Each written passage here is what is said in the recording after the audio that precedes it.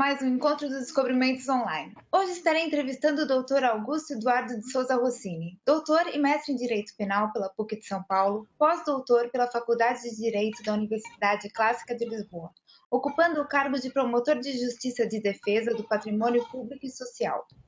Tendo assumido diversos cargos como de assessor da Procuradoria-Geral de Justiça de São Paulo, diretor-geral do Departamento Penitenciário Nacional do Ministério da Justiça, presidente do Conselho de Educação e Pesquisa da Escola Nacional de Serviços Penais, membro titular do Conselho Nacional de Polícia Criminal e Penitenciária, membro titular do Conselho Nacional de Segurança e membro fundador da CJLP, Comunidade de Juristas de Língua Portuguesa. Foi membro de delegação do Brasil na ONU, em Genebra, na Suíça, em maio de 2012, e na OEA, em Washington, nos Estados Unidos, em novembro desse mesmo ano. É promotor de justiça desde 1989.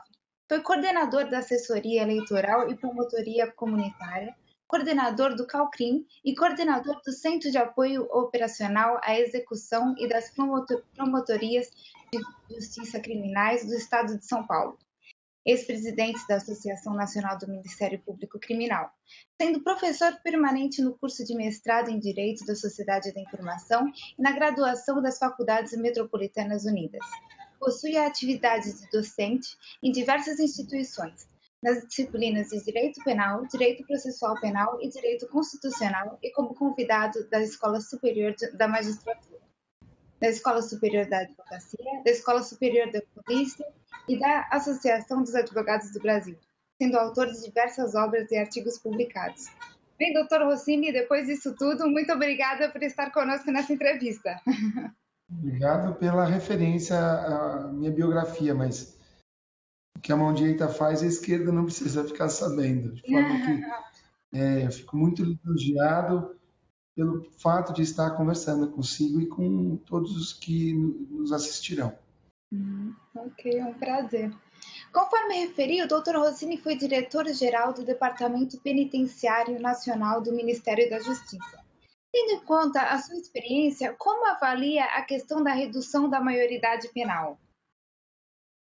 Bom, a questão da maioridade penal é um problema colocado para ocultar outro problema, a meu entender. O Congresso Nacional tem por presidente um senhor que é um deputado federal, Eduardo Cunha. Ele é suspeito de participar de um esquema apurado naquilo que se denomina Operação Lava Jato. Tudo que tire o foco dessas investigações é de interesse dos investigados. Então, acho que é inoportuna a discussão. Essa discussão já está ultrapassada na reforma de 84, na reforma de 1941, isso já tinha sido afastado. Portanto, não é necessário se discutir acerca deste assunto. O Estatuto da Criança e do Adolescente, se bem aplicado, ele é uma solução, é um bom remédio para o problema da delinquência juvenil. Então, primeiro, tirando o foco do problema. Segundo, o sistema prisional ele já está abarrotado. Hoje o Brasil tem mais de 650 mil pessoas presas e isso não resolve o problema da delinquência, da violência. De forma que transferir pessoas entre 16 e 18 anos para um sistema prisional não vai resolver o problema, aumentarão os custos e nós não teremos a paz social. Portanto, eu sou absolutamente contra a redução da maioridade penal. Quer dizer que eu seja contra a aplicação de sanções, de medidas socioeducativas àqueles que cometem crimes graves. De forma que não acho que nós tenhamos que resolver o problema pela lei, mas pela prática cotidiana da melhora da qualidade de vida das pessoas. Com certeza. Quais são as principais dificuldades que enfrenta enquanto promotor de justiça?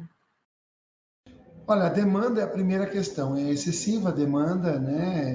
O Brasil é um país complexo. A cada dia que passa, novas leis entram em vigor, faz com que o promotor de justiça, como operador do direito, qualquer um que seja, tenha dificuldades para estar no tempo das coisas. Mas a demanda é excessiva. E outra coisa, a morosidade do judiciário é também um grave problema. As demandas são colocadas e demoram anos para ser solucionadas, especialmente quando se trabalha com o enfrentamento da corrupção. Promotor criminal por 26 anos. Apenas um ano eu trabalho na questão do combate à corrupção diretamente, à improbidade administrativa. E de uma complexidade, e parece que os códigos de processo eles são feitos para não resolver a demanda. Não, maior prestígio à forma do que ao conteúdo. Então, nós temos que suprimir instâncias e resolver os problemas de uma maneira mais séria. Não é aceitável que um processo para apuração de corrupção de um grande político, por exemplo, esteja na fase inicial há mais de 10 anos. Portanto, há coisas que devem ser feitas. Nós esperamos a reforma do Código de Processo Civil com muita ansiedade para ver se as ações demoram menos e solucionem os problemas. Okay. Falando um pouco sobre a violência, o Brasil é o 11º país mais inseguro do mundo no Índice de Progresso Social. Como poderíamos reverter essa estatística? Primeiro, a prevenção primária. Não é? Quando você tem uma estrutura social adequada, o delinquente opta pelo crime. Mas quando você tem uma sociedade ainda sem condições básicas de convivência, uma favela, não que o crime seja justificado, mas o fato é que quando você não tem investimentos na base, na educação, na saúde, na formação das pessoas, uma parcela grande delas vai para a delinquência. Então, a delinquência não é uma opção. Passa a ser um único caminho para algumas pessoas que não detêm acesso a bens de consumo, que é triste. Um país rico, tem então falta muito planejamento, né? A visão de futuro, né? Um planejamento estratégico com relação às pessoas.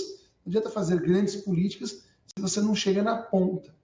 As grandes políticas beneficiam os intermediários. Raramente as pessoas são cuidadas verdadeiramente para evitar que entrem no crime.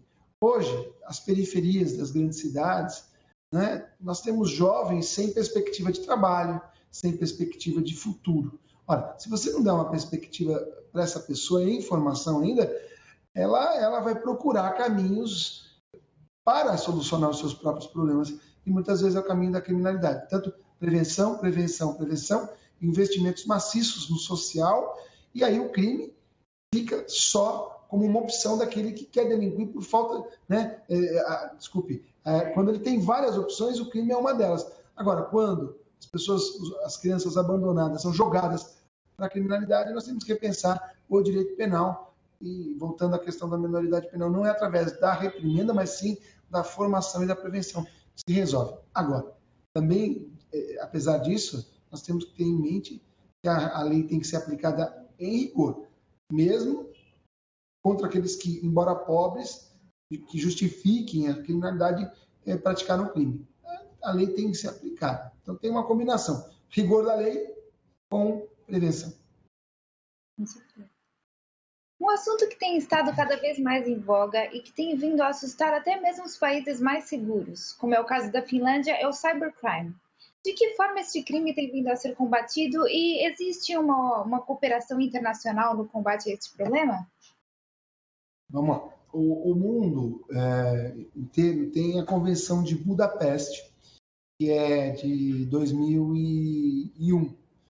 Ela aconteceu, ela vinha sendo pensada só para a União Europeia, mas com o advento dos ataques terroristas aos Estados Unidos, o mundo aderiu como um todo a essa convenção.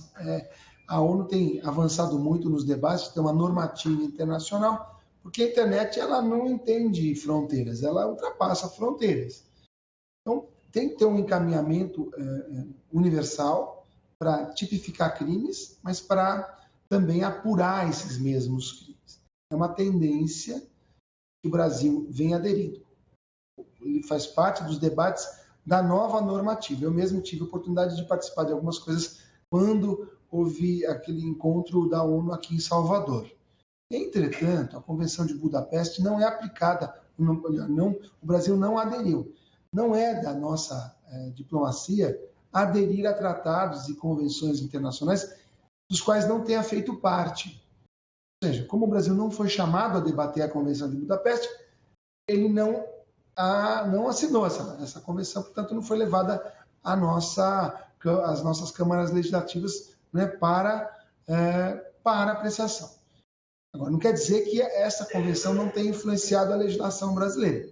Recentemente, quando eu falo recentemente, eu falo coisa de 2 anos, nós tivemos a lei Carolina Dickmann, que tipificou invasão do sistema, desenvolvimento de vírus, etc. E nós tivemos, mais recentemente ainda, no ano passado, 2015, nós tivemos o Marco Civil Regulatório, de forma que o Brasil, a despeito de não ter entrado na convenção, no guarda-chuva da convenção, ele vem paulatinamente fazendo leis, criando leis que tratem da questão. Então, é um problema real que tem que ser enfrentado, vem sendo enfrentado pelo Legislativo, e nós, operadores, a cada vez mais nos adaptamos a essa realidade. Se nós nos adaptamos às tecnologias, como estamos fazendo agora, falando de um continente para o outro, né, tratando de coisas interessantes, com o uso das ferramentas avançadas, tecnológicas avançadas, por que não o sistema de justiça também não fazer? Então, hoje já é corriqueiro ter interrogatórios online, audiências de instrução pela internet, né, pela videoconferência, enfim.